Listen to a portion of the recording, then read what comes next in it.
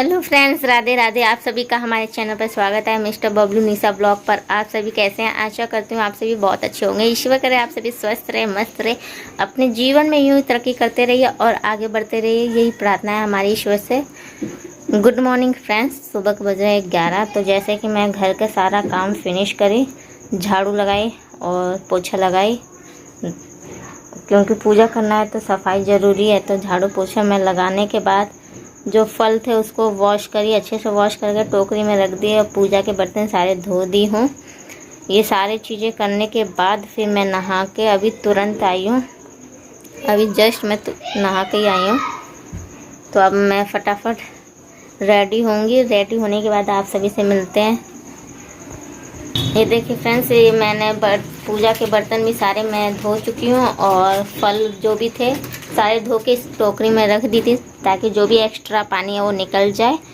तो मैं साइड में रख देती हूँ और पहले फटाफट रेडी हो जाते हैं। पूजा का भी टाइम हो रहा है। तो व्लॉग में आप सभी कंटिन्यू बने रहिए और मैं कैसे रेडी हो रही हूँ, कैसे नहीं, स्टेप बाय स्टेप आप सभी लोग देखते रहिए। जितना मेरे से हो पाएगा उतना मैं आप सभी के साथ शेयर करूँगी। और मायके में मैं फर्स्ट बार तीज का त्यौहार मना रही हूँ।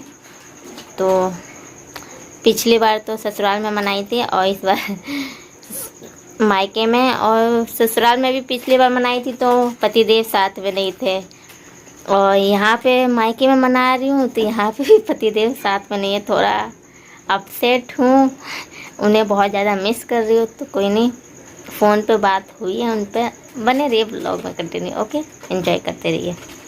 सो फैमिली, मैं साड़ी पहन चुकी हूँ और प्लेट वगैरह मैं सब लगा ली हूँ, सेट कर ली हूँ। और मैं सीधा पल्ला पहनी हूँ, जैसे कि त्योहारों पर ना सीधा पल्ला ही अच्छा लगता है, तो हमने सीधा ही पल्ला की हूँ।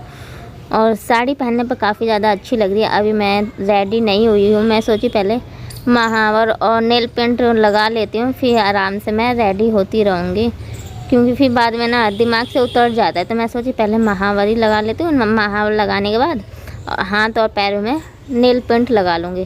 तो उसके बाद महावर मैंने दोनों पैरों में लगा ली हूँ। सिंपल सा हल्का सा डिजाइन बनाई हूँ पैरों में, और फिर उसके बाद मैं नेल पेंट लगा रही हूँ हाथों में भी और पैरों में भी। लगाने के बाद फिर मैं बैठ गई हूँ मेकअप के लिए।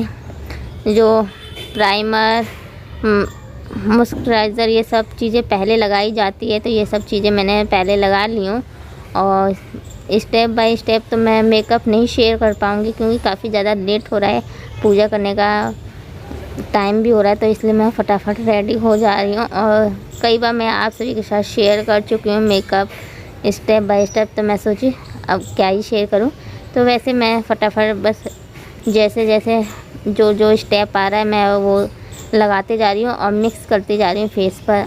अब पता नहीं मैं रेडी होने के बाद कैसी लगूँगी कैसी नहीं। आप सभी ब्लॉग में कंटिन्यू बने रहिए। और कैसी लगूँगी कमेंट बॉक्स में ज़रूर बताइएगा। हम अच्छे लगेंगे कि नहीं लगेंगे, ज़रूर बताइएगा। और ये साड़ी मेरे ऊपर अच्छी लग रही है कि नहीं, ये भी ज़रूर आप लोग बताइएगा। और निर्जला आज फास्ट है। आप सभी को मेरे तरफ से हैप्पी तीज की बहुत बहुत शुभकामनाएँ मेरे तरफ से।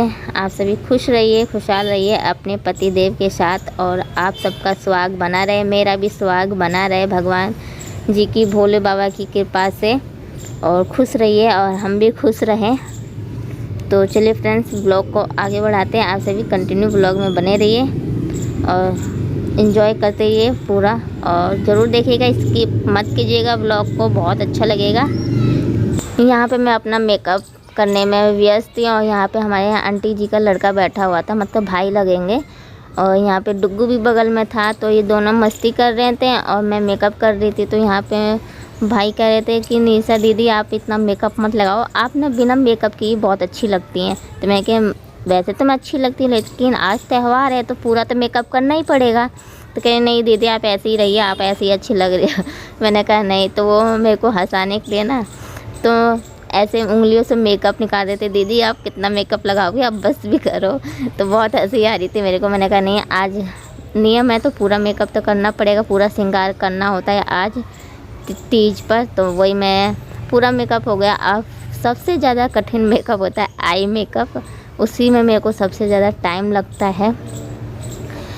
क्योंकि इतना तो प्रॉपर मेरे को मेकअप करना आता नहीं है, इसलिए मेरे को थोड़ा टाइम लगता है मेकअप करने में। और काफ़ी ज़्यादा टाइम लग गया था, कम से कम 1 से 1.5 घंटा लग गया था मेरे को मेकअप में ही।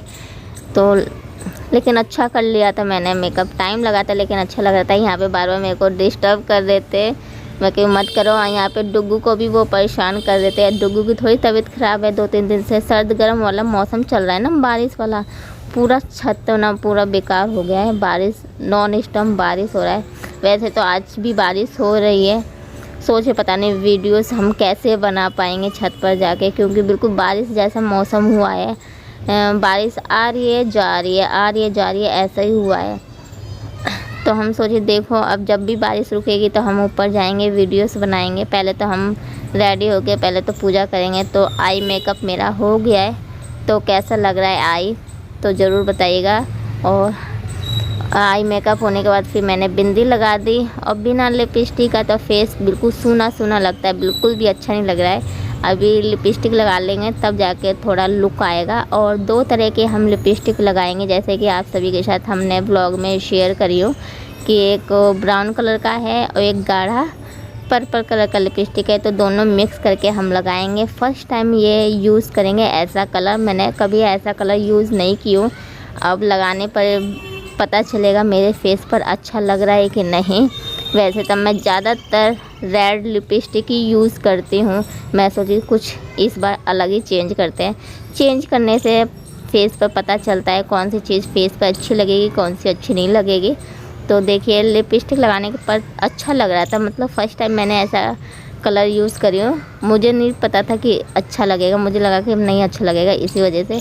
तो फिर मेकअप करने के पास पूरा मेकअप होने के बाद फिर लास्ट में मेकअप फिक्सर मैंने लगा ली। और मेकअप फिक्सर लगाने के बाद ताकि मेकअप ख़राब ना हो, पसीना होए, तो फिर मैंने अपने बालों पर मतलब कंघा करी। कंघा करने के बाद मेरे को तो हेयर स्टाइल को समझ में नहीं आता है, तो बस दोनों साइड से मैंने बीच का मांग फाड़ ली और दोनों साइड से हल्का हल्का पफ बना लिया। पहले हल्का सा पीछे पफ बनाई और फिर उसके बाद हेयर बैंड लगाई। हेयर बैंड लगाने के बाद आगे से हल्का हल्का पफ मोड़ के पीछे की तरफ क्लिप लगा लिया। और जो मेरे पास गजरा था उसे मैंने पीछे से ऐसी चिमटी से हमने लगा लिया। और ये जो ईयररिंग लेके आए थे तो इसे भी हम पहन लिए। फिर मनटिका लगा लिए, गले का सेट पहन लिए, लॉन्ग वाला और छोटा वाला दोनों। उसके बाद मैंने नथिया पहन लिया। नथिया पहनने के बाद तो फेस का लुक ही पूरा चेंज हो जाता है, बिल्कुल दुल्हन जैसे लग रहे थे। मम्मी कह रही है बहुत अच्छी लग रही है, किसी की नज़र ना लगे। मम्मी एक ही बार देखी ना तो कही बिल्कुल दुल्हन जैसी लग रही हो बेटा। और यहाँ पे फिर मैंने सारा मेकअप करने के बाद फिर मैंने चूड़ा का भी सेट लगा के तुरंत चूड़ा पहन ली। तो मेरी सारी तैयारियाँ हो गई, तो फिर मैं पूजा करने बैठ गई थी। यहाँ पे सारी पूजा का सामान लगा रही थी। और पहले ही मैंने सारा पूजा का सामान ला के यहीं पे रख ली थी कि बार बार मेरे को उठना ना पड़े। तो आप सभी ब्लॉग में बने रहिए, मैं पूजा कैसे कर रही हूँ। सबका अपना अपना तरीका होता है। और इस बार सासू माँ नहीं है तो मेरे को अकेले ही सारी पूजा करनी पड़ रही है। वैसे मैंने सासू माँ से सारी चीज़ें मैंने पूछ ली हूँ कि कैसे क्या क्या करना है, क्या क्या चढ़ाना है, कोई मिस्टेक ना हो जाए।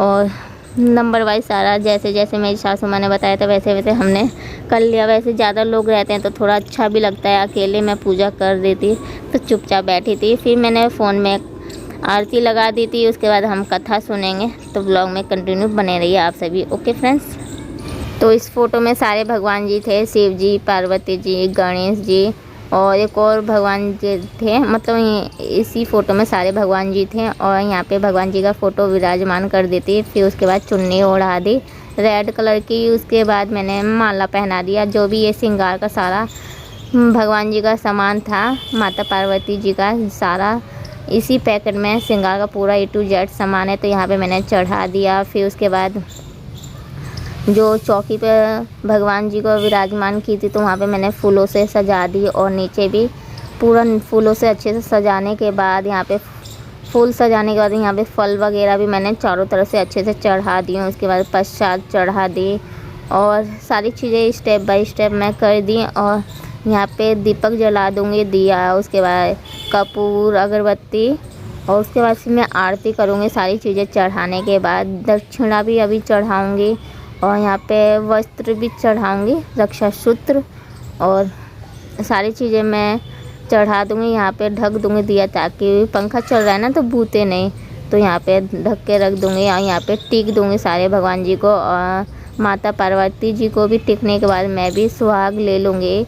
और क्योंकि आज तीज है तो सुहाग लिया जाता है माता पार्वती जी से, और जितना मेरे को पता है उस हिसाब से मैं कर रही हूँ। अगर कोई मिस्टेक हो, गलती हो, भगवान जी प्लीज़ क्षमा कर दीजिएगा, छोटी समझ के। यहाँ पे पंखा चल रहा है ना तो दिया बूत गया था, तो फिर मैंने बाद में ना पंखा को बंद कर दी थी कुछ देर के लिए, ताकि पूजा संपन्न हो जाने के बाद फिर मैं पंखा चालू करूँगी, क्योंकि बार बार बंद हो जा रहा था तो अच्छा नहीं लग रहा था। तो उसके बाद मैंने पंखा भी बंद कर दी थी। यहाँ पे धूप बत्ती जला दूँगी। यहाँ पे डुग्गू आज सो गया था, जब हम रेडी हो रहे थे ना तभी सो गया था, नहीं तो अभी बहुत ज़्यादा डिस्टर्ब करता पूजा के समय, बार बार कुछ ना कुछ मांगता, इसी वजह से वो सो गया। आज थोड़ी उसकी तबीयत भी डाउन थी ना तो इसलिए जल्दी सो गया था। और ये साड़ी मेरे ऊपर कैसी लग रही है, मैंने सीधा पल्ला करी हूँ। और यहाँ पे ऊपर भी एक छोटी सी मंदिर है, तो वहाँ पे भी मैं जाके पूजा कर ली और दीपक जला दी थी।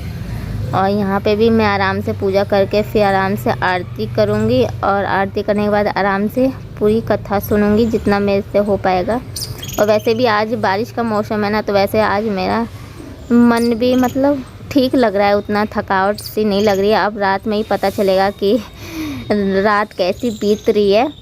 फर्स्ट तीज में तो बहुत ज़्यादा बुरा हाल हो गया था मेरा, ये सेकंड तीज है तो देखते हैं। पूरा दिन तो बीत चुका है, वैसे शाम हो रही है।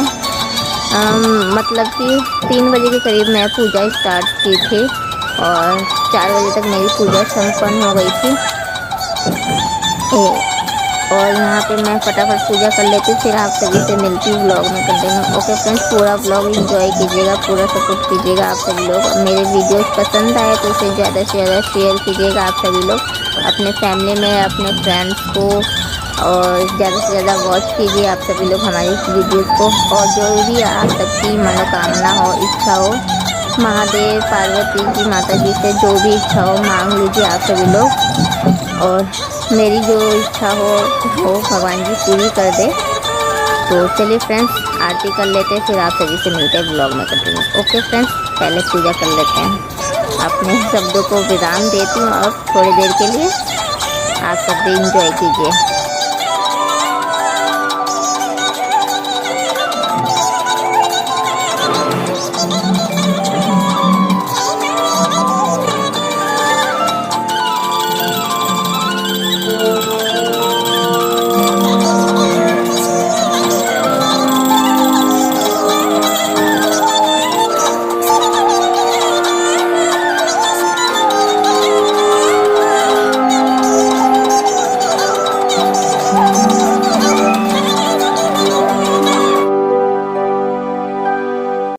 फिर यहाँ पे दक्षिणा चढ़ा दे, क्योंकि मैं भूल गई थी, फिर बाद में याद आया कि दक्षिणा भी चढ़ानी है। तो यहाँ पे मैं आरती करने के बाद दक्षिणा चढ़ा दी, और दक्षिणा चढ़ाने के बाद फिर यहाँ पे मेरी तो आरती हो गई है। अब आराम से बैठ के कथा सुनूँगी। कथा सुनने के बाद फिर मेरा पूजा संपन्न हो जाएगा। तो आराम से पहले तो कथा सुनूँगी और ब्लॉग में कंटिन्यू बने रहिए। आप सब भी कथा सुनिए आराम से बैठ के, और ब्लॉग को पूरा एंजॉय कीजिएगा। ओके फ्रेंड्स, आज भाद्रपद माह के शुक्ल पक्ष की तृतीया तिथि है और आज अखंड सुहाग और सौभाग्य प्रदान करने वाला भगवान शिव और माता पार्वती के अमर प्रेम का प्रतीक हरितालिका तीज का व्रत है।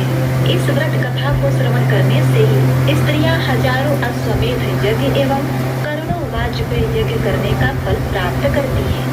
माता पार्वती ने भगवान शिव जी को पति के रूप में प्राप्त करने के लिए हरितालिका तीज का व्रत किया था। महिलाएं आज के दिन अपने पति की लंबी आयु और परिवार के सुख समृद्धि के लिए तथा कुंवारी कन्याएं सूर्यों के वर की प्राप्ति के लिए यह व्रत रखती हैं। तो आज मैं आपको सुना रही हूँ हरितालिका तीज व्रत की बड़ी ही दुर्लभ कथा। इस कथा को पूरा सुनने से हमारी समस्त मनोकामनाएं पूर्ण हो जाती हैं। तो आप लोग बड़ी ही श्रद्धा और प्रसन्न चित्त मन से इस कथा को पूरा अवश्य सुनिए, क्योंकि जिस कथा को मैं सुना रही हूँ कभी न कभी आपकी भी किसी प्रकार से मनोकामना पूर्ण होगी। बहुत समय पहले की बात है, एक नगर में एक धनी साहूकार रहता था। उसके 5 बेटे थे।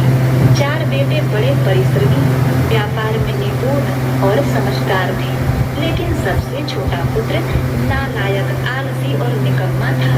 दिन भर इधर उधर घूमता, काम धंधे में रुचि नहीं, बस खाना और सोना उसकी दिनचर्या बन चुकी थी। पिता ने बहुत समझाया, भाइयों ने कई बार काम में लगाया, पर कोई सुधार नहीं हुआ। आखिरकार एक दिन साहूकार ने हार मानकर 5 बेटों को अलग कर दिया। 4 बड़े बेटे को व्यापार, दुकान और घर दे दिया, लेकिन छोटे बेटे को कुछ नहीं दिया। न धन दिया, न जमीन, सिर्फ एक पुरानी गौशाला रहने के लिए दे दी।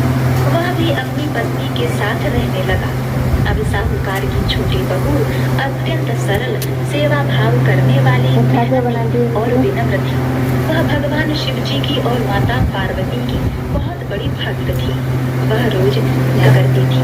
अब यह सब सुनकर छोटी बहू चुपचाप रहती और सहन करती थी। कहा जाता है जिसका पति नालायक होता है। सो फैमिली, मेरा पूजा संपन्न हो चुका है, तो अकेले मैं पूरा चीज़ शेयर नहीं कर पा रही थी कि मैं कैसे रेडी हुई हूँ कैसे नहीं। तो मेरी सिस्टर दुकान से आई, तब मैं आप सबको सारी चीज़ें शेयर कर रही हूँ। पैरों का महावर और बिछिया, पायल और डिज़ाइन आप सबको कैसा लगा ज़रूर बताइएगा। ये साड़ी मेरे ऊपर कैसी लग रही है और आज हम दुल्हन जैसे लग रहे हैं कि नहीं, कमेंट बॉक्स में ज़रूर बताइएगा। सारी चीज़ें हम आप सभी के साथ शेयर कर दिए हैं।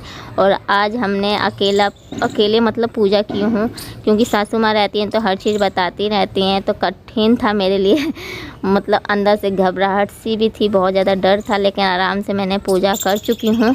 और पूजा करने के बाद फिर मैंने वीडियोस बनाए, वीडियोस शूट करी। तो मैं कैसे लग रही ज़रूर बताइएगा। अगर वीडियोस पसंद आए तो ज़्यादा से ज़्यादा शेयर कीजिएगा अपने फैमिली में, अपने फ्रेंड्स को। चलिए फ्रेंड्स, नेक्स्ट ब्लॉग में मिलेंगे। Bye bye.